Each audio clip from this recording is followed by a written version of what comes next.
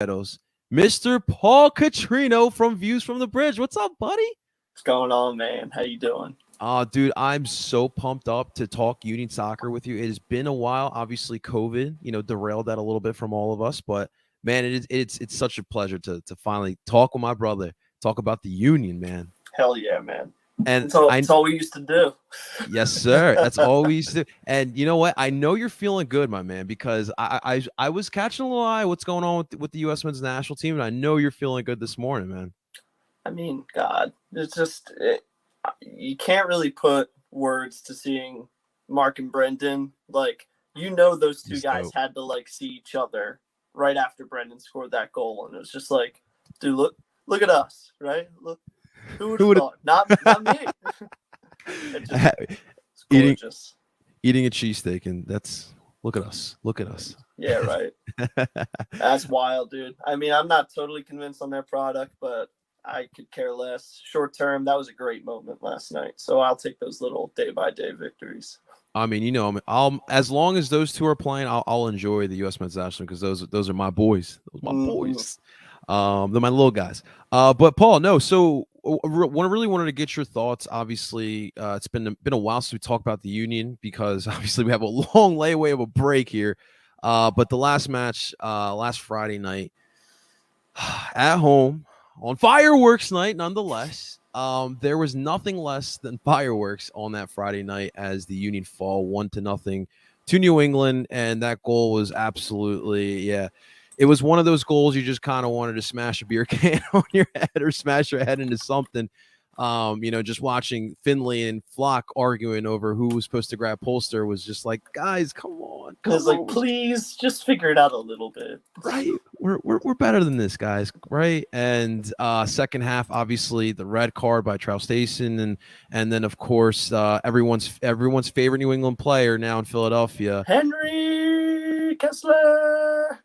I'm sure Sons of Ben is coming up with the chant as it is, but first off, what I wanted to ask you, my man, I haven't really gotten to ask you the dying question that everyone's wondering in DOOP Nation. It's like, what is up with the attack? I wanted to get your thoughts first about the attack leading up to New England, and obviously, New England, we had a lot of kids and a lot of new players. But what's your thoughts on the attack leading up to this match?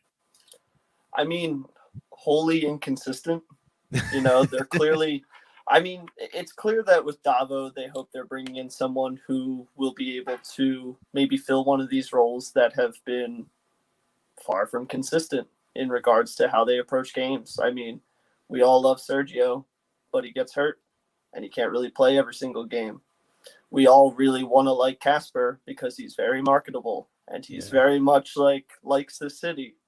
But my God, man, you need to be a little bit more clinical with your finishing.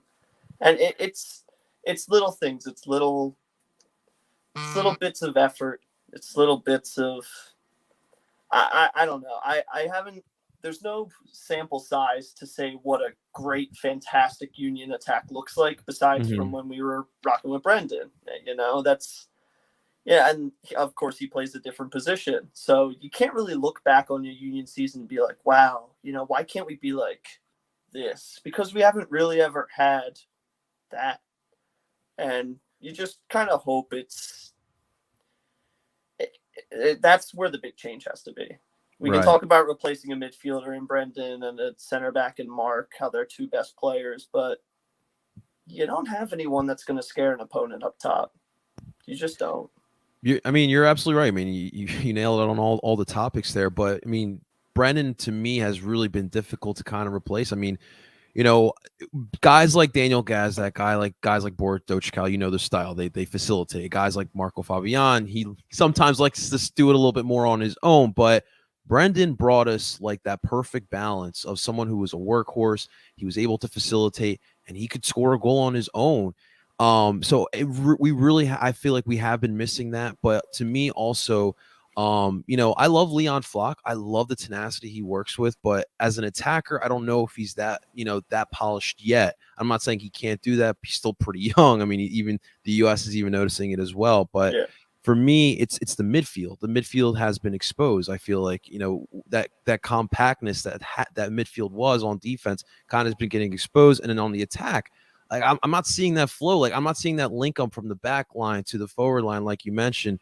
You mentioned Casper on his own. He 1 minute it's like Casper the Great, but then he disappears. He becomes the friendly ghost, Yeah.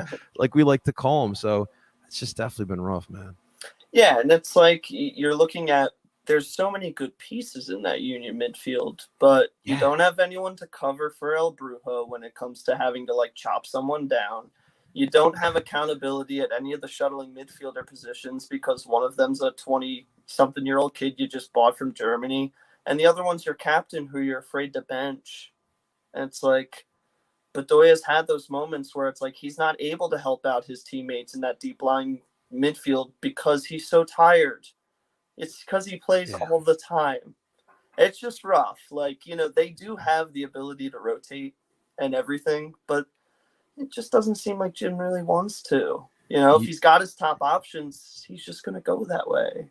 I love Jimmy Boy, but it's kind of like the Roy Kent effect when it comes to Alejandro Bedoya and him. He just Yeah, loves Ali, and I love Ali, and I don't want to talk about the day. We have to talk about his retirement because I'm going to be really emotional.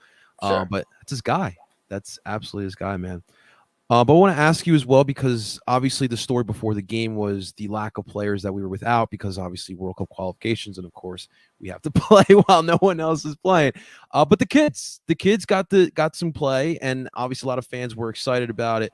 I saw there was a guy who was sitting in my section that was saying, "Man, I don't care if they're kids. This is the best soccer I've seen all season." I was like, "Okay, well if you enjoy that, by all means." But what'd you think of the kids, our four homegrowns that started out there? They played with energy. They played like they wanted to really be out there and, show that they deserve to be out there because they do. And That's true.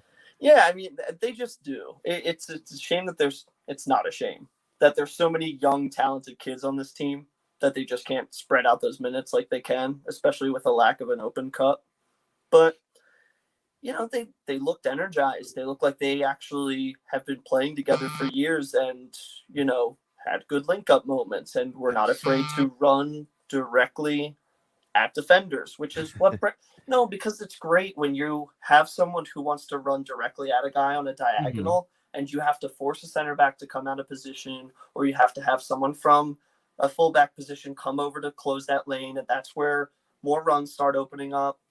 I don't know. It feels like when you have the normal starters, you have like a little possession based game where it's like get the ball here, and it's like, Hmm. all right, now where do we go? It's like no, just run at it, and you can start unlocking these channels. And when you don't have a guy who's willing to go at it and would rather just facilitate, it's not that great. It's not that fun to watch because it's like very lethargic in the build up. At least this game, had moments of like, oh, oh, hey, Yeah. like, yeah, I get why people really liked that. I mean, it's fun to watch. It's just like, sure, you might not get the exact result you need, but it was very, very good to see energy from these kids, especially when you're missing a lot of leaders in that lineup. They were able to hold their own, even though New England had missing players as well. But That is like, very true. Very true. yeah, So ironically enough, I really felt like that right side of the Union attack, they looked like they had some sort of chemistry brewing up. Obviously, a lot of kids on that side. But I love Nathan Harrell. But the link up I felt like with him, Quinn Sullivan, and Paxton Aronson, and I mean a little bit of Ali as well. But that I felt like that was a lot of fun. And Quinn Sullivan's first touch, holy crap, man, it's yeah, absolutely ridiculous. he knows how to set himself up, and it's like that's what made Brendan so good. It was like he didn't even have to be facing his own goal. He could get the ball and know exactly where to put it the first time, so that he's already in a positional advantage to beat his man. It's Right. like that's gorgeous. That takes so long to learn Yes. to feel your defender like that, and he's so young to be doing it.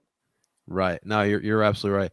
I really was looking forward to the 4-2-3-1 because this season I feel like the 4-4-2. I love the 4-4-2 diamond, but obviously teams are kind of starting to figure it out. I'm like, gotta try something a little bit different. So I wanted to see the 4-2-3-1, but we just didn't have the person. We I don't in general we don't have the personnel, but we really did not have the personnel. I just did not think that Leon and Quinn, as good as they are, there's the positions for those guys, and it was really was tough to watch at times, man.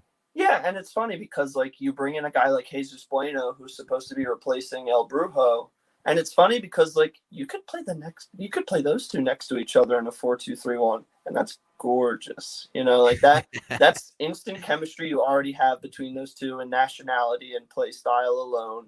Like you do have the option to do that going forward, which Right. is why I'm telling people not to panic because our new signings aren't acclimated yet. And everyone's like, we do this every season. It's like, well, you're just going to have to keep doing it, It wouldn't honey. be Because, Philadelphia, like, man.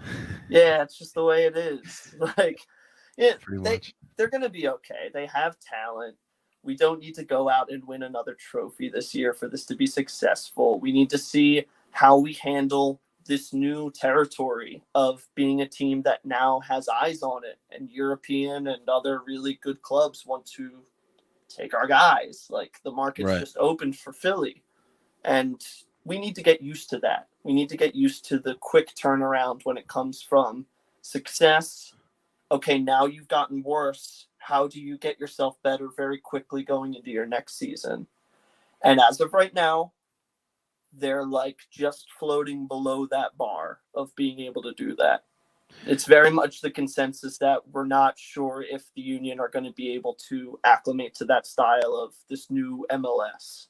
Yeah, man. But there's still more season left. Yes. Yeah. I mean, to that point, I mean, you know very well here in Philly. I mean, you are also a passionate Sixers fan. We lack a little bit of patience in our fan bases. Because I think we see like other cities, like, it's tough when you see Boston up there. They're always winning, and now New England's the rivals are pretty solid. So we just lack a little bit of that patience. But I do agree with you. This is a long-term project. I mean, look, if you're seeing these kids who aren't even like legal enough to drink, legal enough to buy a pack of cigarettes, which I hope they're not smoking cigarettes, right? But if they're able to do that on a pitch, future looks pretty damn bright. I definitely must say there, man. But you mentioned it with Jesus Bueno. What to you? What is your expectation of Bueno once he is fully acclimated with the club? Well, it's someone that could actually, maybe stay for a while.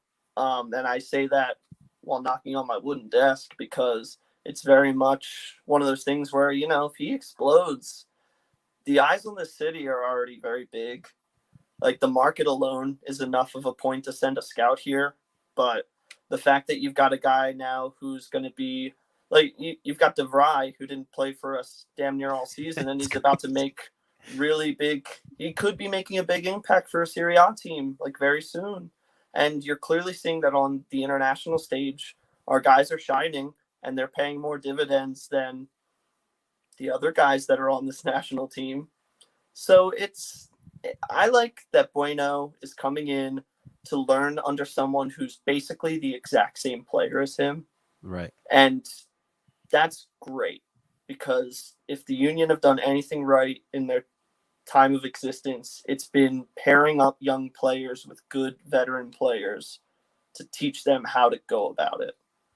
And that's been going on that way before Ernst Tanner came to town. Yeah. Yeah, I mean, even so, like, Bueno comes from Deportivo Lara, where he was a captain at 19 years old. I should tell you his pedigree right there. So I do have to ask, because obviously Justin, Justin's crazy kit collection. Will a Venezia FC kit be in Paul Catrino's closet by season's end? Should be in by month's end. I already ordered one. No, I already ordered one.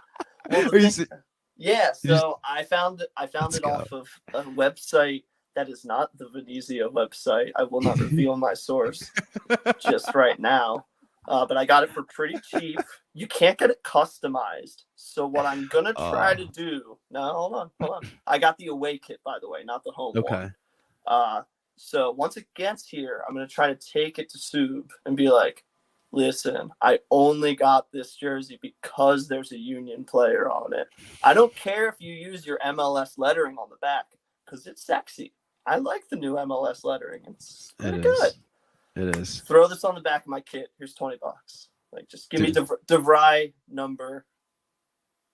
That's a pretty sick idea. I love where your head's at all the time. That is a pretty sick idea. If you look for it, if you could pay $120 on the Venezia website for a customized kit, and you'll have to wait a few months because they just don't have any anymore. or you We could go to get Paul's one plug. from somewhere, and you might save yourself even like 60 or $70 doing it this way. So It is a pretty sexy kit, I will say. It is a pretty sexy kit. yeah, I can't get over it. The color scheme is gorgeous. Their execution is Kappa, so damn good. solid job. Usually they do a solid job, Yeah. except for these bland Napoli kits. I don't like that. I don't like that. You're biased, but Paul, let me ask you, because I feel like you're most well known by in the Union verse, as I like to call it, as the guy who would ruffle the feathers, I guess we could say, of Ray Gaddis. Obviously, he is no longer here, but I wanted to get your opinion on that position, because I feel like we've seen 3 different guys now play that right back position for the Union now consecutively, right, starting wise. Bizo, Powell, and now Harrell. I wanted to get your thoughts. What do you think now about the right back position? Well, I do need to see more from Powell, and if I'm seeing a bit more consistency in build-up, I would really like to see him going forward. It's not a knock on Bizo. I think he's doing very well. They're a bit interchangeable, because if you need sturdiness, you should default to Powell. Right. If you want to bring more to the attack and you want to play the diamond and you need that width, you should maybe go Bizo. It's a kind of good situation to be in, because none of them are like the clear favorite, which means they just have to keep challenging each other in practice. And that's kind of just how it should be. Like if you look at the key core positions, those guys should be like, yeah, you already know they're going to be there. But when it comes to right back, you're not spending millions on a DP right back. You're never going to try to target just, that one position, and that's your only off-season thing you have to do. But they both have things that they bring to this team. And at this point, I do like Powell. I'm giving the slight edge to Powell, but I need to see more on the Union side, instead of just because he keeps getting ripped away for international play. And I'm like, what is consistency with these guys? Like, it's not going to happen. At least this time around, which you hope, with a month to go left in the MLS season, once it gets there down the line, they're able to kind of just hang back and, really do what they need to for club. I agree. I agree with you there that with Powell, what you're getting. I feel like you said, he's more sturdy, he's more stronger on the defensive side, where Mbizo's more his strength is on the attack. And if only I feel like Nathan could have a little bit of, he could be that guy where we're asking for a little bit of both. But I think he needs more of that seasoning. So I do agree. Yeah, it's never a knock on him. We all know how talented he is at his level. It's just you don't get to just pick up that game speed right off the bat. And I feel like a lot of people saw him being marketed to Union fans at the beginning of the season and just assumed he was going to walk in and that was it. Yeah. But Jim knows more than we do. He can see, when he's catching up, and he'll get there. He'll get there. A lot of these homegrowns are going to get there, whether it's with us or not. They're all super talented. They just are. Talented. And can we get you started as the person to start the campaign for Ray Gaddis on the Ring of Honor of the Union? You want me to be on that? I want you to be the president. He's going to think it's a joke if you Full send circle. it over to him. It's full circle, Paul. Full circle. I mean, that depends. No, I can't. I won't start your conversation with what is the standard for the Ring of Honor based on performance versus longevity.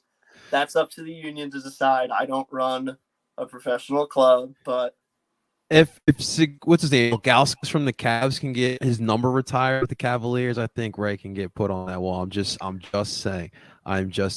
Before we move on from New England, Henry Kessler, obviously, there was a lot of talk. A lot of us were heated. I was in Sons of Ben. I felt like I wanted to jump out there. Obviously, wasn't going to do that, but there's a lot of talk about, it's just time wasting. I felt like he could have seriously hurt someone, and I wanted to get your thoughts. Like, is it justifiably so what he did?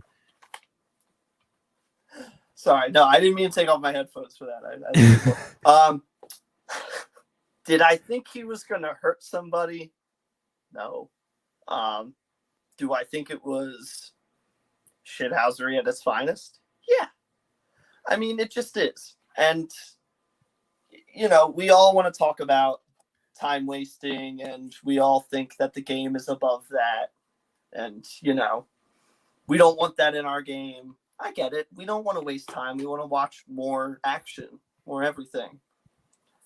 That was kind of fun. and even at the extent of pissing off Union fans, I get why he did it. The pointing and clapping at the fans, not cool. I'm totally fine with them pushing him down the tunnel and being like, get the hell away from our supporters. No, you're done. Goodbye. Like, you did what you had to do. But the whole, getting rid of the ball is like, yeah, if someone did that on our team, you absolutely know he'd be like, that was pretty cool. That was, I don't know, man, 89th minute and he's doing that. It's like, but then falling over, the fake, he gets hit and then he falls over. No, trash. Get rid of it. Nope, don't like that. But the clearing the ball thing, I was just like, I instantly, I was like, oh, I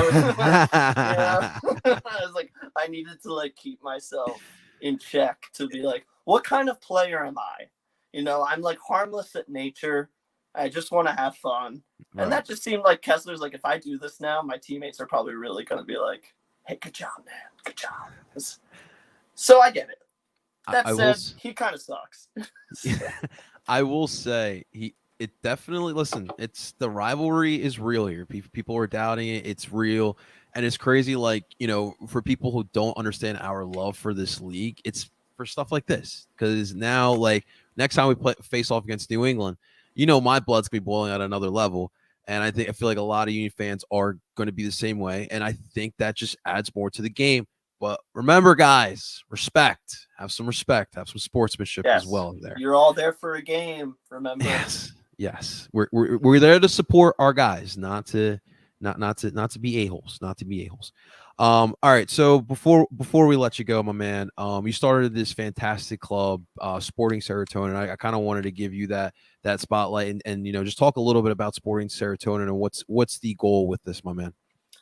So, playing Casa, the Casa League is amazing. So many good captains and teams. That organization is trying to do so much for the Philly community. They really are. And I really just wanted to do something that was oriented towards just enjoying soccer. I've been on teams that have been uber competitive. I've been on teams that have been super dysfunctional and no one likes each other. And it hasn't been fun. It's like when soccer becomes a chore, that's a problem. Yeah. Especially when you want to just go out and play with people you actually like. Yeah, it's and I'm not subtweeting anyone here. This is across my grand experience of soccer as a whole. I have met a-holes at every walk of life in soccer. And now I found this core group of dudes that really just want to go out and play. And it's like, we're going to get good jerseys. We're going to market ourselves well. It's all going to look great on paper.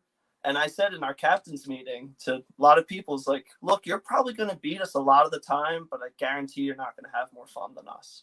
Because we are going to go out and have fun before the game, probably during the game. If I slide around, I'm joking all game. You can ask people who have been strikers playing up against me at center back, and I will be joking the whole time. Just trying to get in their head with little compliment. I'm paying people compliments just to distract them. And if that increases my game, so be it. He just told me nice touch. Yeah, right? He's like, yo, could you stop being so fast? Honestly, could you stop? The heck said that? Yeah, but it's because people are good. People are fun. They go out to play soccer for different reasons. Our reason is because we just want to go play. And if it's in a structured environment with jerseys and uniforms and people taking pictures, so be it. That's cool. But absolutely, my biggest thing is that I want to create a team for people that want to enjoy soccer and not have to worry about, oh no, I might get benched next game because I'm not good. I'm like, dude, I'm not good, period. And I don't care. That's not what this is about. So Love the I'm game. very much it's all about just going out there, and we get to do stuff afterwards, and we get to like promote that soccer is more than just trying to win a trophy. You Right. know, it's I'm ha- our slogan might as well just be happy to be here, because it's just we all are. We're all just happy to be here in a soccer community that's growing, and now we have an identity to it. And that's the best way to live life, my man. I absolutely love the thing you're doing here with Sporting Serotonin. Guys by the river, all of us on the panel here, we're in some sort of way here for Sporting Serotonin, part of the team as well. But you know me, Paul, when I look at this sport and I look at this country, I know it's not where it needs to be, but it's stuff like that that definitely helps. It's that community coming together, playing a sport. You know, some might not understand it, but just give it a chance. And that's all it is, man. It's all about the love of the game and just having fun at the end of the day. Love what you're doing. Yeah, and I really do appreciate it. I have a couple of your co-hosts joining up the team as well. I'm sure I'll convince you to play in the spring at some point. Yes, sir. See you getting 1% better every day. Yes, sir. Yes, sir. You know me, I'm like El Brujo without the red cards and without the karate chop. I don't got that in my arsenal. See, I'm the opposite of El Brujo, but I do get red cards sometimes. That's for very strange reasons. Awesome stuff. Awesome stuff. Paul, my brother, man, it is always a pleasure talking Union Soccer with you, my man. You know how much I love you, and seriously, thank you so much for coming in, Clutcher. You were. I made the joke in the group chat. You really came up. You were like Quinn Sullivan or Anthony Fontana, like in the 80th minute. That's how clutch you were. I'll take Fontana. That's cool. My Italian brother, man. Awesome stuff, you know, guys. Feelings mutual, brother. Yeah, brother. I love you. I love you. Guys, you know where to find Paul Catrino. Find him on Twitter. And it's a great follow. I'll just say that it's a great follow. You might not agree with what he says, but that's the beauty of sports. We don't all have to agree on the same things, but he's got some absolutely great opinions. Yeah, Paul? and it's like I always love interacting with people, you know. And if you're wrong, like that's cool and all. I'll fight you on it, and then we'll go out for a beer afterwards. It'll be great. Hell yeah, it's the best medicine. Just get drunk with them, right? 100%. Paul, my brother. We'll talk soon.